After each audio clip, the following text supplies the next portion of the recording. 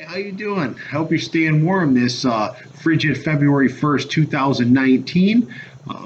Time of the year that everyone's getting their taxes ready, making plans for the new year. And a lot of real estate investors are looking to either liquidate some properties to move on to some other projects, or they're looking to make some purchases. But either way, this time of year, one of the things that we deal with a lot are investment properties. People selling properties, either selling them to us or having us help them sell the properties. And the question comes up quite a bit.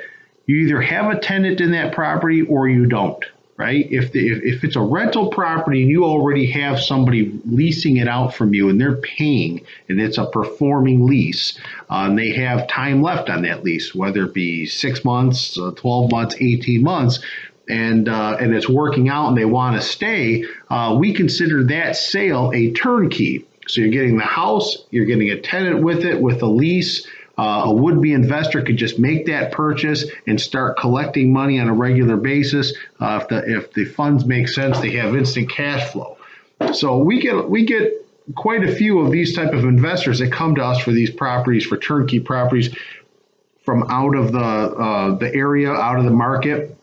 We get some West Coast investors, some out of the country investors who do like our Detroit market. We're in the Detroit metro area, because what they can get on a rental return for what they pay for the property is pretty good.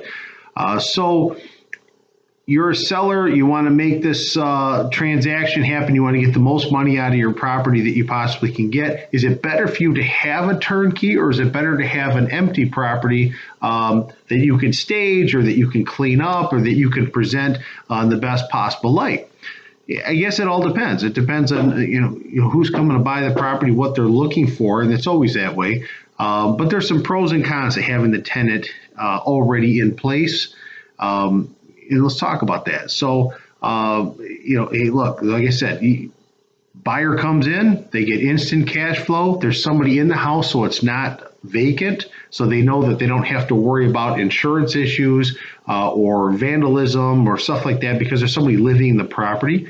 If you have a long-term tenant, someone who knows that property, they may have some historical knowledge about that house. Maybe they can help you,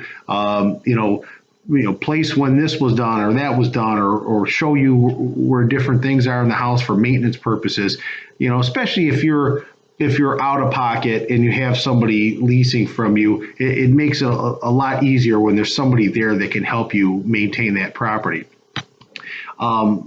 There's already a long-term lease. You don't have to fix the property up to market it. So you save some money on marketing and maybe some light rehab work. So those are all the good things about having a tenant in there and selling as a turnkey. I mean, it really can be advantageous. On the flip side of it, what are the cons? So you have a tenant in there who is difficult to schedule with. You have a would-be buyer who wants to come see it, but it's hard to get in because maybe the tenant works a funny schedule, or they're difficult to get a hold of. So that can make it a little bit challenging.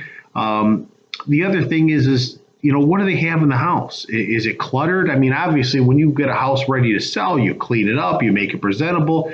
If you're a tenant and you're paying your rent on time and you're not planning on moving, getting the house in show-ready condition is not necessarily your priority, right? So there could be some clutter. There could be some activities that may deter a would-be buyer. Maybe the person has a number of pets. Maybe they have, a marijuana growing business in the basement, or whatever the case may be, something that may or may not appeal to a would-be buyer.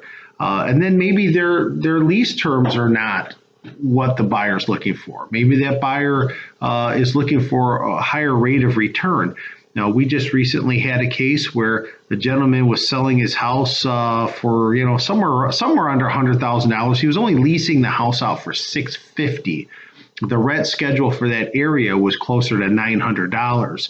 So to make that sale, he was put in a position where he had to go back and either renegotiate with his current tenant or wait until that lease was up so he can get the right price for the house, either by having the right lease in place or selling to somebody who would get someone with the right lease in place. So there's some pros and cons. And hey, anytime you sell an investment property, knowing your way around this stuff makes a lot of sense. Talk to somebody who deals with it all the time. This is something I deal with quite a bit. You can always call me for questions, 586-615-2868. Good luck. Stay warm.